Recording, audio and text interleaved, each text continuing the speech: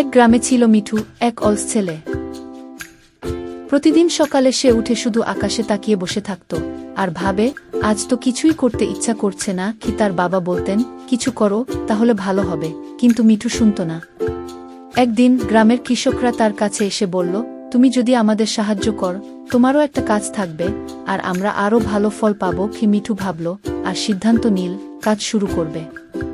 কাজ করতে করতে সে শিখল, অলসতা কখনো সুখ নিয়ে আসে না, তবে কাজের মধ্যে শান্তি আছে। মিঠু ভালোভাবে মনোযোগ দিয়ে কাজ করা শুরু করল এবং খুব যত্ন সহকারে বীজ বপন করতে লাগল। সুন্দর করে পরিচর্যা করতে লাগল এবং বাড়ি চলে গেল। পরের দিন মিঠু জমিতে এসে দেখে তার লাগানো বপন করা বীজ থেকে চারা গাছ বের হয়েছে এবং সেগুলো দ্রুত বড় হয়ে গেছে এবং মিঠু তার ফলানো ফসল দেখে ভীষণ আনন্দিত হল। দিন শেষে সে সফলতা অর্জন করল। বন্ধুরা, ভিডিওটি ভালো লাগলে সাবস্ক্রাইব করতে ভুলো না যেন।